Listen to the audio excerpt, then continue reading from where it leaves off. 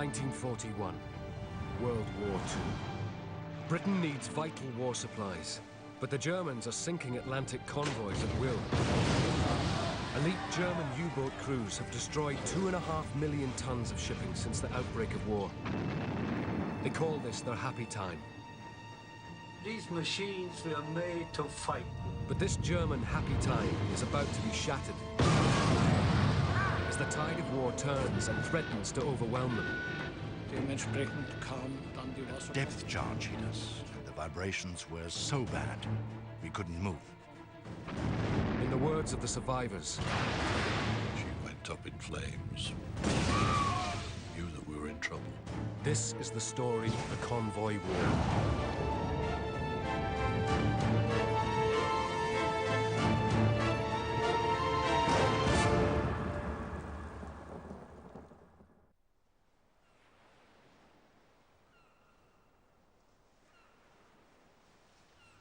At the beginning of 1941, German submarine chief Karl Dönitz is a troubled man, despite the fact that his U-boats are sinking about 40 Allied ships a month. He has calculated he must sink more than triple this number to defeat Britain. He now plans a massive new spring offensive, which he hopes will destroy the convoys. The attacks will be spearheaded by some of his finest U-boat aces. One of the greatest among them, the legendary Günther Prien. A master of the art of submarine warfare, he has sunk 27 ships in 9 patrols. At the end of February, Prien's U-boat slips out of the French port of Lorient, headed for the Atlantic convoy lanes. Like all U-boat crews, they receive a hero's send-off. We were given a send-off with music and cheering. And we were given flowers by the women and other ladies like secretaries. The boat pulled out, and as soon as we were far enough away from the shore, we threw the flowers overboard, because we thought they would bring us bad luck. But for Dönitz and Günther Prien, the bad luck is just beginning. On March the 6th, Günther Prien spots a convoy. It is OB-293, sailing from Britain to Canada to pick up supplies. It contains 37 merchant ships, guarded by 4 Navy escorts. Before Prien can strike, he must first radio Dönitz, who insists on personally controlling U-boat attacks from his command center in France. Karl Dönitz, he drove the system from the top using the radio to control what men did, where they went, how they fought. He chastised them for not being more effective. He wanted to micromanage the whole Atlantic theater from a radio bunker. To stop the British reading their radio messages, Dönitz uses a state-of-the-art German code machine, the Enigma. He orders 3 other U-boats to join Prien and attack the convoy. Following tried and tested tactics set out by Dönitz, Prien and the other U-boats plan to attack on the surface at night. The boldest captains will dive underneath and rise inside the convoy.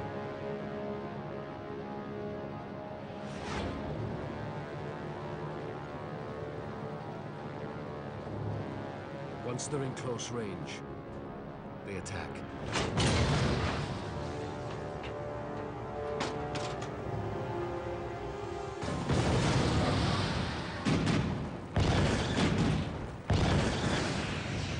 It was a dreadful thump, a wham, bang sort of thing.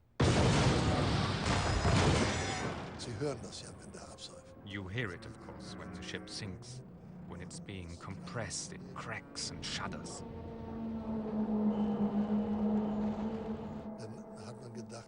And you just think, God, hopefully those on board are not still inside. The U-boats successfully hit 4 ships. But as dawn breaks, it it's clear that their success has come at a high price. 2 U-boats are sunk, and worse still, one of them is U-47, commanded by the ace of aces, Gunther Prien.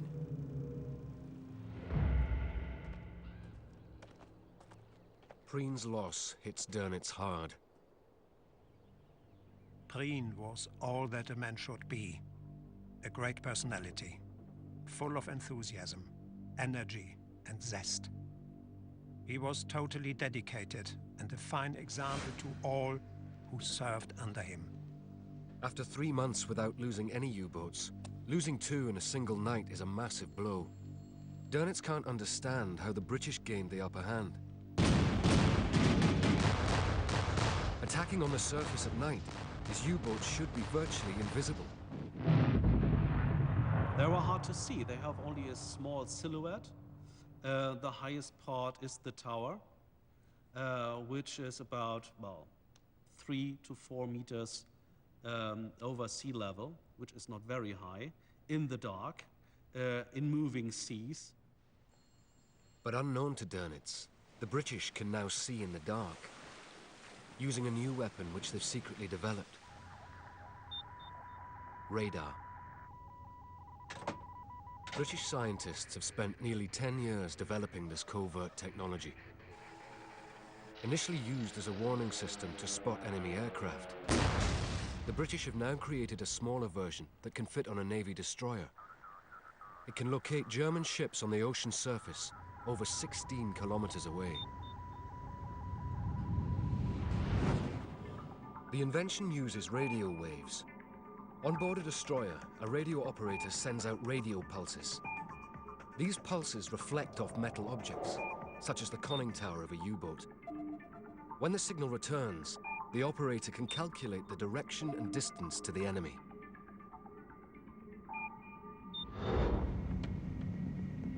The radar breakthrough now gives the British a major advantage.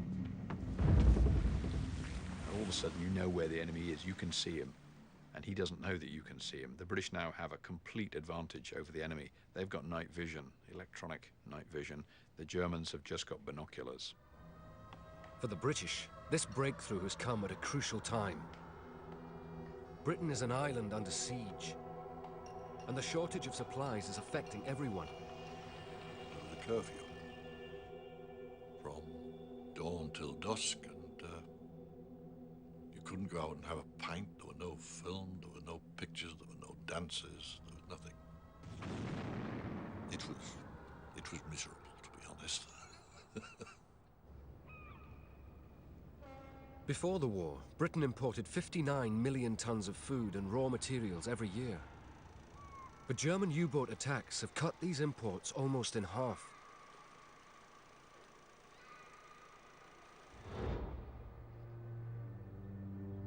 Dönitz is convinced that he can stop the convoys completely.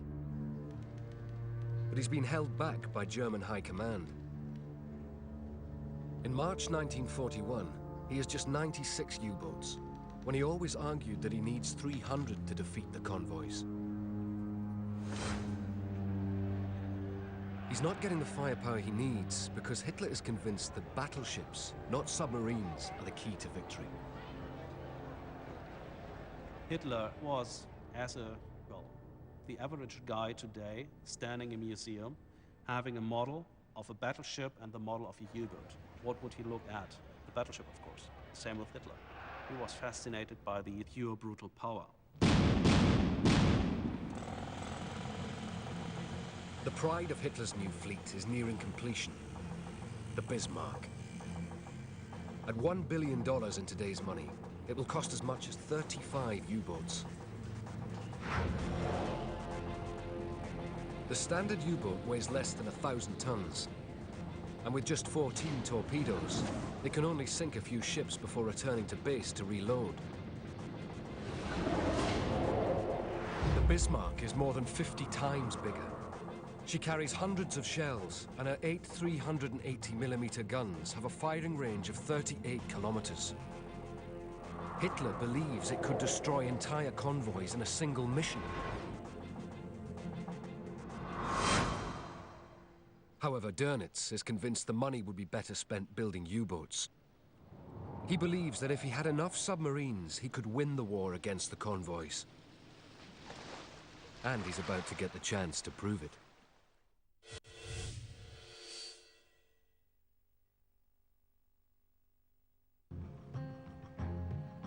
In March 1941, German U-boat chief Karl Dönitz has 3 of his best ace captains stalking the Atlantic for prey. They are Joachim Schepke, Otto Kretschmer, and Fritz Julius Lemp. Between them, they have sunk nearly 100 ships. On March the 15th, Lemp spots convoy HX-112, 650 kilometers off the coast of Britain. Many of its 41 ships are tankers carrying gasoline, kerosene, and crude oil. Any ship that belonged to the enemy was a good target and was a target. But a big prize, if you were looking for ships, was a tanker, of course. Unaware that the British are using radar, the 3 U-boat aces take up their positions to attack. Under cover of darkness, Kretschmer sneaks inside the convoy. In an amazing display of submarine warfare, he sinks 5 ships in just over an hour.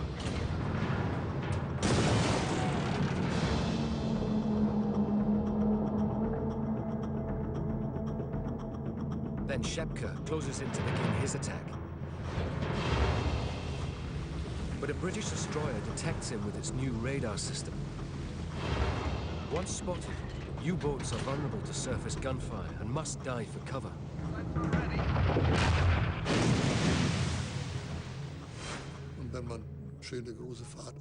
If you had a bit of speed up, then descending happened pretty fast. Getting underwater as quickly as possible, that was a matter of moments. We managed it in less than 30 seconds.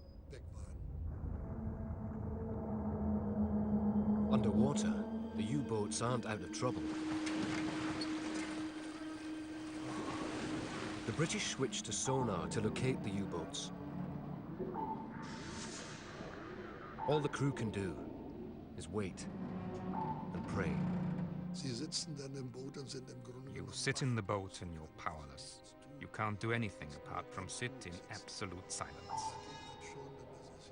And when you get scared, it hits you in the stomach. It is a horrible experience, and you do realize that you're near death. The next 2 minutes could do it, but individual people thought, I have no way of knowing, but you think, holy cow, I'm in trouble.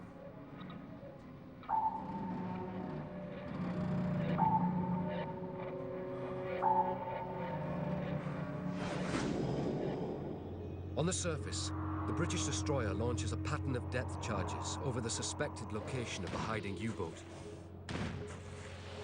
Each charge contains 136 kilograms of high explosives, set to detonate at a predetermined depth underwater.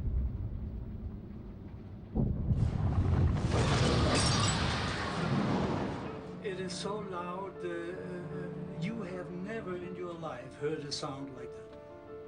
Never. It's a one-of-a-kind, you know, water carries noise very well.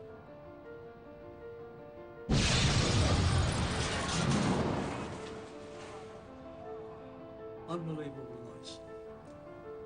Unbelievable.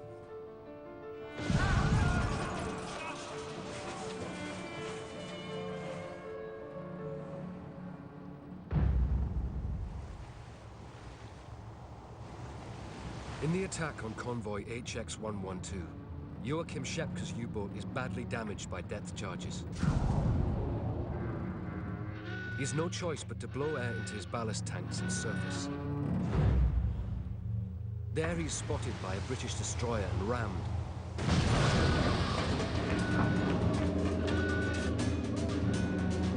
Schepke and 37 of his crew sink to the ocean floor.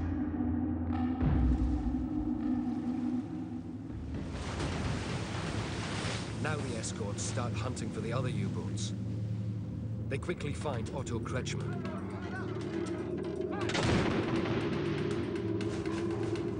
charges also damage his submarine.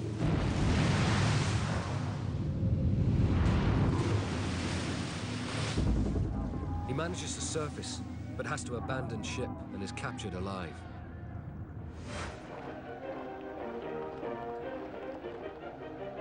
Kretschmer and his crew are brought to Liverpool. British propaganda has a field day.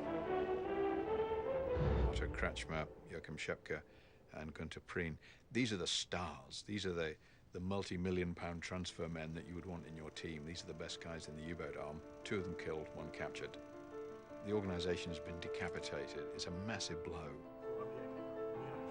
In 10 days, Dönitz has lost 3 U-boat aces. Experienced men who will be hard to replace. But he refuses to believe the British have developed a technology that's outsmarted them. Instead, he blames spies. Somehow the enemy has obtained information of where we plan to attack. So I have given orders that the number of people aware of U-boat operations is to be kept as small as possible. Dönitz's failure to recognize that the British success is down to radar is a costly error.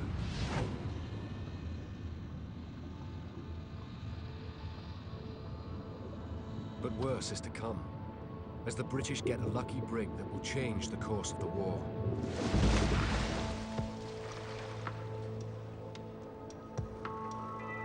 Three of Dönitz's top aces have been lost, but Fritz Julius Lemp has so far escaped the carnage. But on May 9th, 1941, his luck runs out. George Hogel was Lemp's radio operator. We hit 2 ships in the convoy. With the 3rd shot, there was a torpedo failure. And then the destroyer came at us.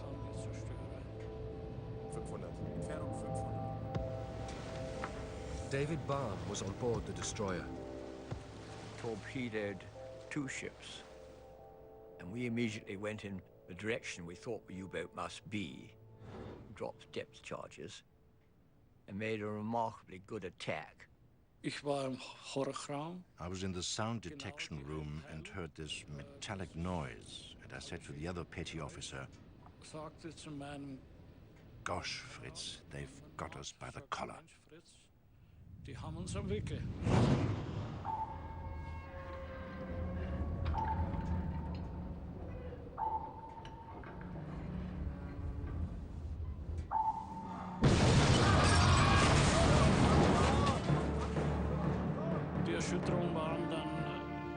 Vibrations were so bad that we couldn't move, and we knew we couldn't escape. And Lemp then gave the order to surface. The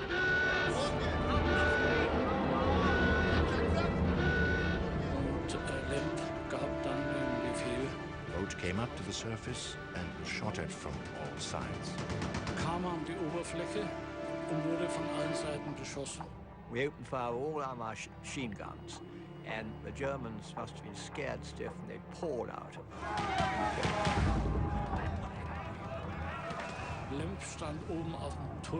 Lemp stood on the conning tower, and I could see him shout out, waving, "Get out, get out, out, everyone out!" And us 2 wireless operators were down in the control room.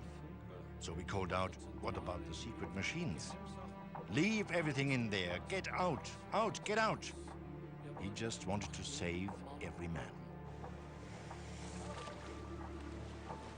Lemp and the crew abandon ship, but to their horror, the U-boat stays afloat.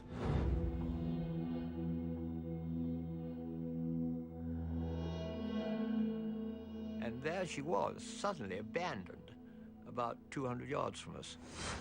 My captain said to me, "Board her, see what you can get." And there I was, in the control room, absolutely silent. No Germans there, just me. So I called my boarding party down. We started searching the U-boat. Of course, the most important thing were all the code books and an actual Enigma machine. David Baum doesn't realize the significance of what he's found, but it could change the course of the war. Enigma machines are used to encode all radio messages between Dönitz and his U-boats.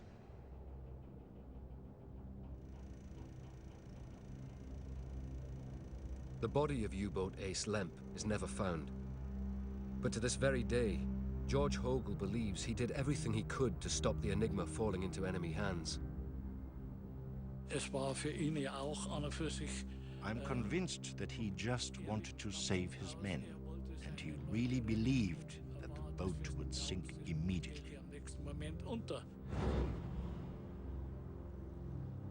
Through an incredible stroke of luck, the British have captured the key to German naval codes. In just 4 days, they raced the Enigma back to their code-breaking HQ, Bletchley Park. Hoping to unlock all of Dönitz's secrets, some of the best minds in Britain are set to work. According to the people who know, this place shortened the war by 2 years, saving innumerable lives. The deciphered messages are sent to the nerve centre for Allied convoys, Western Approaches Command in Liverpool. Now at last, they can plot the position of U-boats and try to route convoys around them. Aided by Enigma intelligence and radar technology, the balance of power is now shifting into British hands. Hopes are rising that more convoys will arrive safely, keeping Britain in the war. This is the first time the British have got hands-on, really good grip on what the U-boat arm is doing. And it gives them an insight which they will use for much of the rest of that year. Meanwhile, Dönitz still believes that the Enigma code is unbreakable. I do not believe the use of radio by U-boats has triggered action by the enemy. U-boat strategy is being undermined.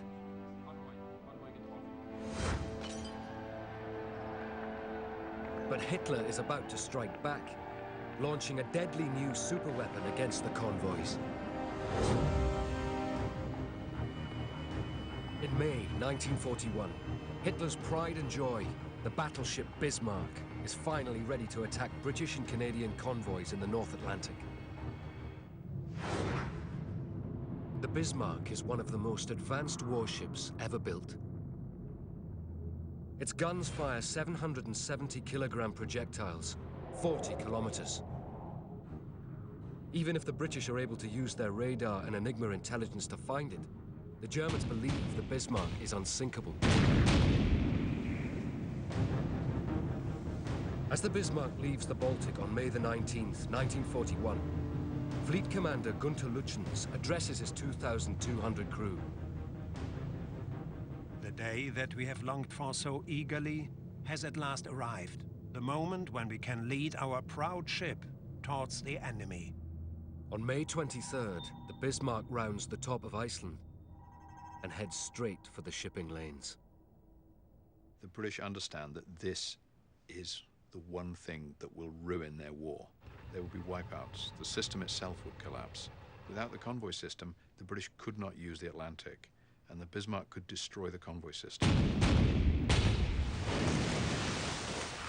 5 days after leaving port, the giant German battleship sinks the pride of the British Navy, HMS Hood. 1,415 British sailors die.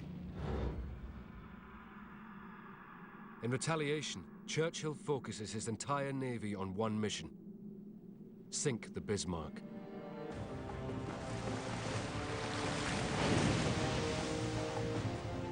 But in its battle with HMS Hood, the Bismarck was also damaged.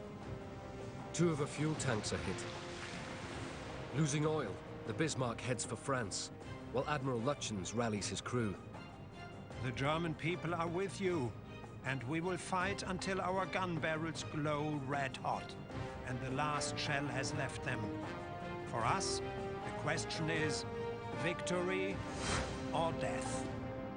The British pursue the Bismarck relentlessly, and after 3 days, they finally hunt it down. Flying from the carrier Ark Royal, a Swordfish biplane drops a torpedo that fatally damages her rudder. Unable to steer, the Bismarck is now a sitting duck. In the final battle, the Bismarck faces 4 British warships.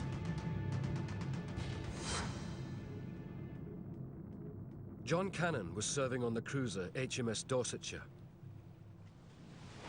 On May the 27th, 9 o'clock in the morning, we came out of a sea mist, our guns loaded, and we could see the Bismarck ahead. When I looked through my binoculars, she was beautiful. It's beautiful lines. The Bismarck may be the most powerful warship in the world, but now she is completely outgunned. The HMS Dorsetshire went straight as close as he could get, full speed, firing, and then, bearing off slightly, was able to feed broadside after broadside. Over 300 British shells rip into the Bismarck. And after HMS Dorsetshire fires 3 torpedoes, the battleship starts to sink.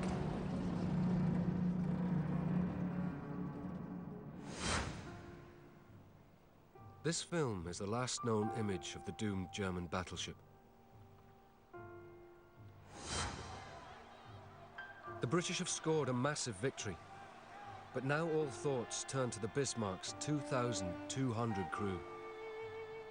One of the main difficulties were when we threw a rope over, too many of the Germans were catching hold of the rope and we couldn't pull them in. Then a reported sighting of a U-boat periscope forces them to abort the rescue. They were going to drown, whether we liked it or not. They weren't going home. We were leaving them to drown. And they were somebody's sons, they were somebody's husbands. And as I say, they were human beings. Germans are not. The next day, the battle over the convoys pauses for one incredible moment around a dead German sailor. The 82 we picked up, one was very badly injured, a seaman called Luther. And our surgeons worked on him through the night, but he died. The body was brought up onto the quarterdeck, and they put the German flag over it. And they brought all the German seamen up. And they lined one side of the quarterdeck, and we lined the other. And I always remember, one of the Germans had a mouth organ. He must have still had it in his possession. And he started playing, "I Had a Friend." And we thought that was good. There was the usual formalities. And the doors just stopped, just momentarily. And the body went to the deep.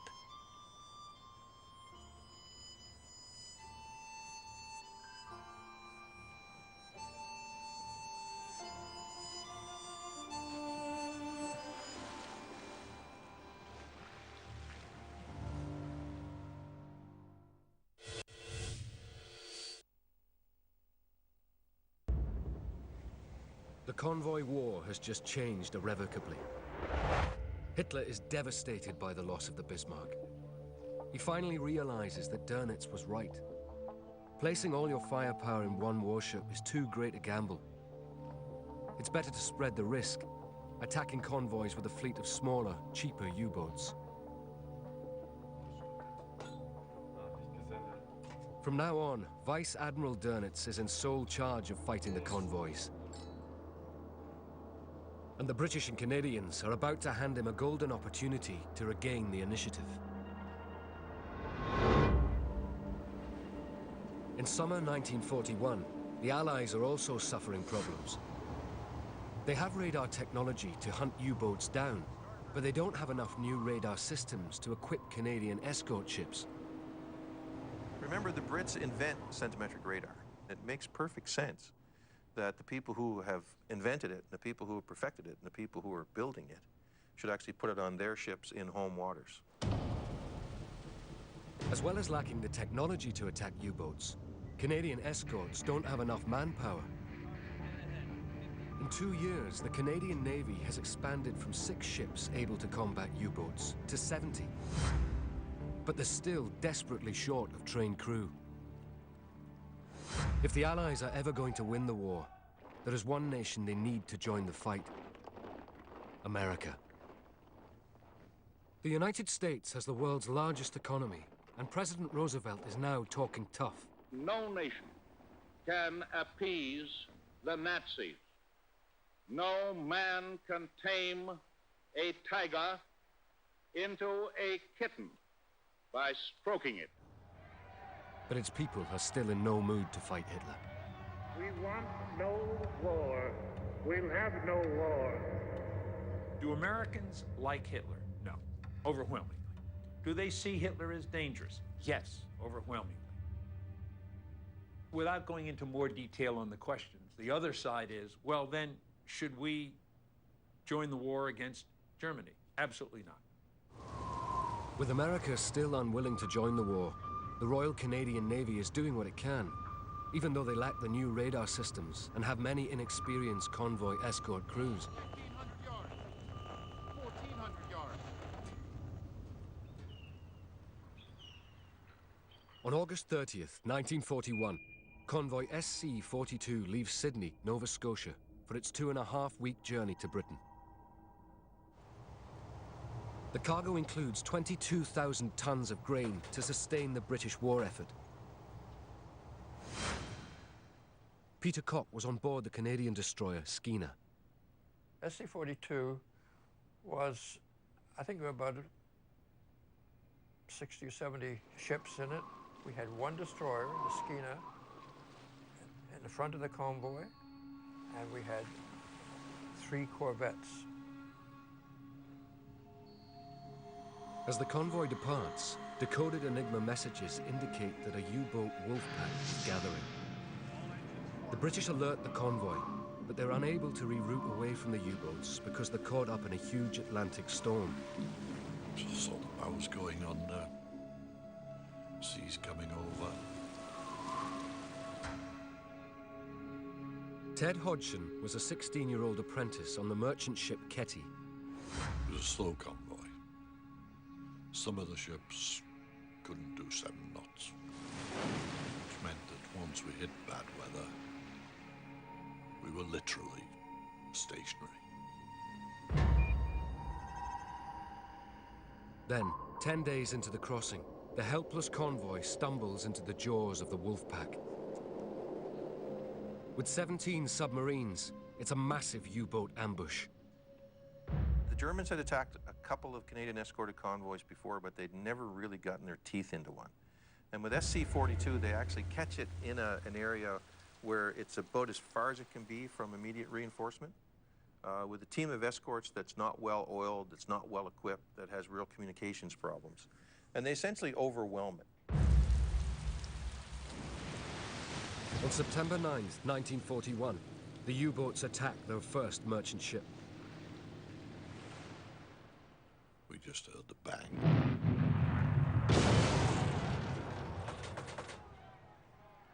She went up in flames. We knew that we were in trouble. Because you'd get a ship going one part of the convoy, the escorts would dash down there and they would get someone else on the other side of the convoy. Dönitz had ordered 3 more U-boats to the scene, and scenting blood, they now attack.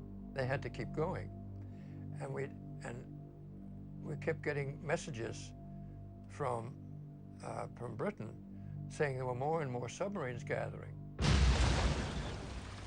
Then they got braver and braver, and then they came to the surface in the daylight, and they went down between the lines of the ships and firing their torpedoes and their guns.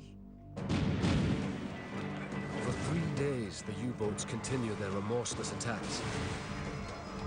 They sink some 15 ships and kill more than 200 seamen, nearly a third of the entire convoy's crew.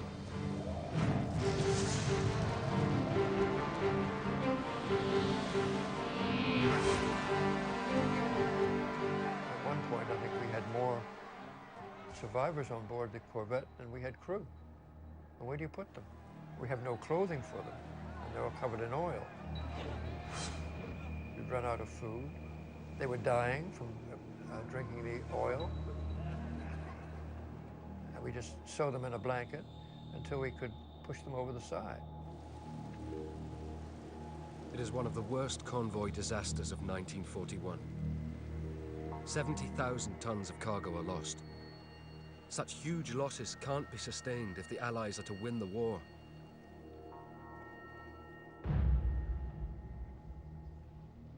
There is worse to come. With the loss of the battleship Bismarck, Hitler gives priority to Dönitz and his U-boats. By October 1941, Dönitz's fleet has increased to 187 submarines. Dönitz still doesn't know about British radar and Enigma intelligence. But with so many U-boats at sea, Germany has a powerful advantage in the battle against convoys.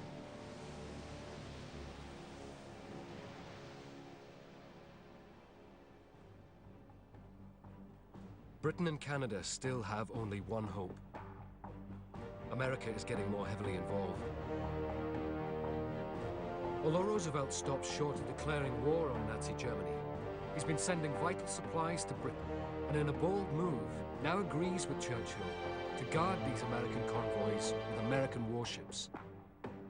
The theory ultimately put into place by September of 1941 is that the Americans are going to escort their own ships to Iceland, and anybody else who wants to go along can join them.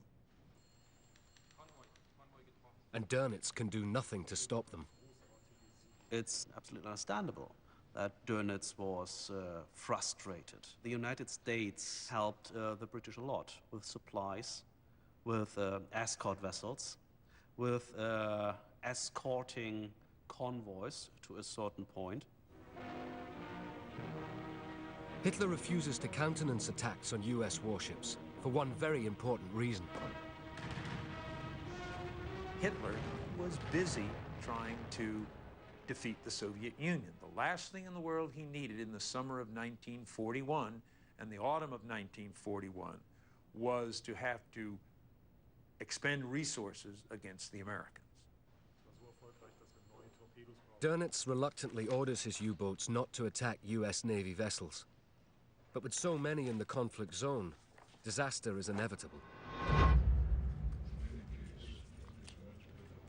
On October 31st, 1941, convoy HX-156 falls into the clutches of a waiting wolf pack. And this time it's guarded by 5 American warships, including the destroyer USS Reuben James. I had the 12 to 4 watch after I got off at 4 o'clock. Went to the wash house, washed up a little bit. At 5:25 in the morning, U-boat commander Eric Top sights a convoy escort ship. It's the Reuben James. Top has no idea it's American. Los. He launches 2 torpedoes. Washed my face, you know, come down. I was laying in a bunk, and then it, boom. It broke the keel on it, and everybody in the forward part of the ship, they were gone. But the after part of the ship stayed up for a while. Like maybe about 15, 20 minutes. A bunch of us all jumped over the side.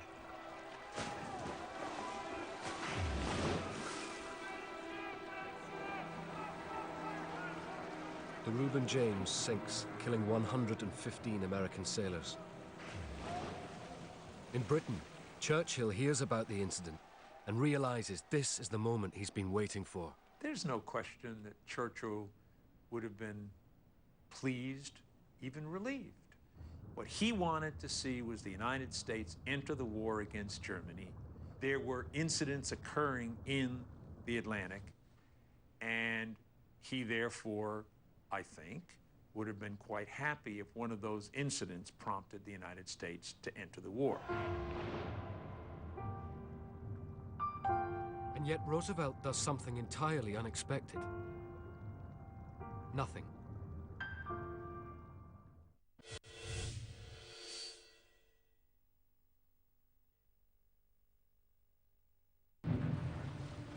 It seems as if nothing can bring America into the war.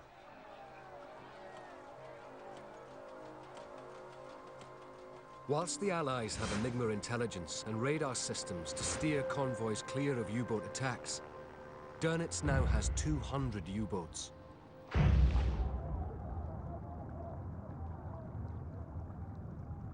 they were virtually impossible to avoid.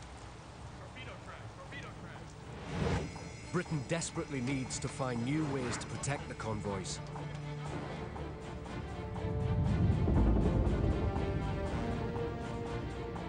So they resurrect an old tactic to exploit the Achilles heel of the U-boat.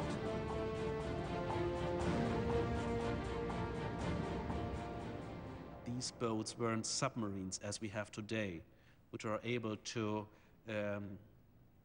sail underwater for a long period of time.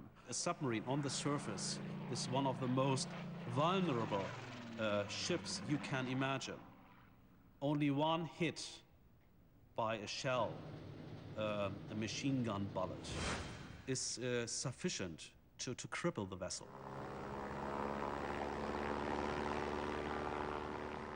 The British know that U-boats are most vulnerable when attacked by aircraft. They tried to exploit this weakness at the start of the war, but learned a painful lesson, losing the aircraft carrier Courageous and 500 men to a single U-boat. Britain can't afford to lose any more of its prized carriers on convoy duty. At the beginning of the war, the British used aircraft carriers against U-boats with disastrous consequences. But they'd always realized long before the war that an aircraft carrying ship would be a very big asset in a war at sea. The British solution is cheap and radical. They take a captured German merchant ship called the Hanover, cut off the top, and install a flat flight deck. The conversion takes just 5 months, and the result is a miniature carrier with 6 aircraft on board. The British rename it Audacity, the world's first escort carrier. 22-year-old pilot Eric Brown was one of the first to land on the ship.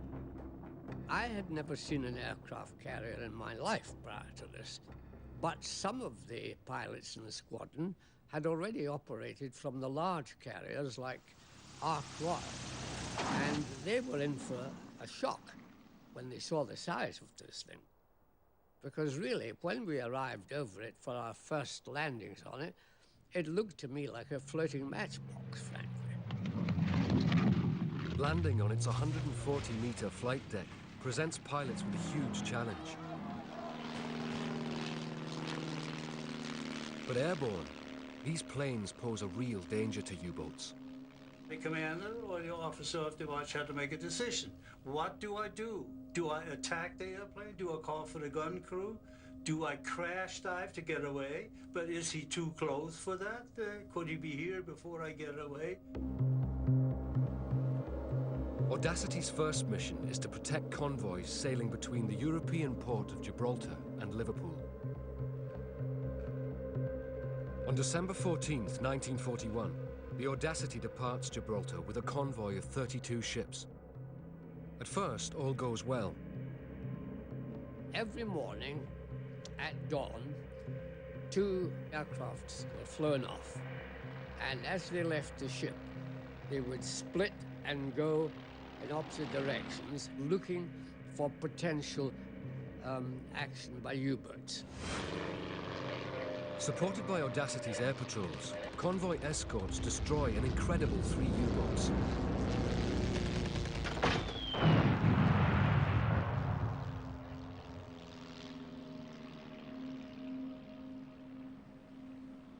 But then 8 days into the voyage, a U-boat catches sight of the Audacity. I was the last to land on at dusk. I was sitting in the wardroom having my coffee when the first torpedo hit. It hit the stern and knocked our rudder off. We fired 2 more torpedoes, and the bows just blew off, just collapsed completely. I dived down a ladder and went down 2 decks, and then realized I couldn't go much further, so I jumped from there. But the aircraft carrier sank very rapidly after that. Despite the loss of the Audacity, the escort carrier has inflicted severe losses on the German U-boat fleet. A fact not lost on U-boat chief Karl Dönitz. the result wasn't good. The Audacity was sunk by U-751, but only 2 convoy ships were destroyed, for the loss of 5 U-boats. This is the answer: to take your tactical aeroplanes to sea in a small, expendable package. The Audacity has revealed the way forward. Because the ship is so cheap and easy to build, the British can simply replace it. So they start constructing more disposable carriers to protect the convoys. If you want to look at the legacy of Audacity, it was the first operational escort carrier in the world. Strategically, it changed the whole face of naval air warfare. As 1941 draws to a close, aircraft are revolutionizing the battle between convoys and U-boats. But 11,000 kilometers away, on the other side of the world, an even more important event has just happened. Something that will change the North Atlantic forever. On December 7th, 1941, the Japanese bomb Pearl Harbor.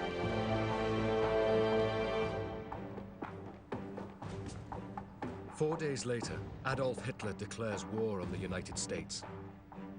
At last, Dönitz is free to attack US ships, and in just a few months, he will have 300 U-boats. The amount he always said he needed to smash the convoy system. Both sides have everything to play for. Germany has its U-boats, and Britain and Canada have their American ally. The convoy war is set to engulf the eastern seaboard of the United States, and Karl Dönitz is about to teach the American Navy a painful lesson in the art of submarine warfare.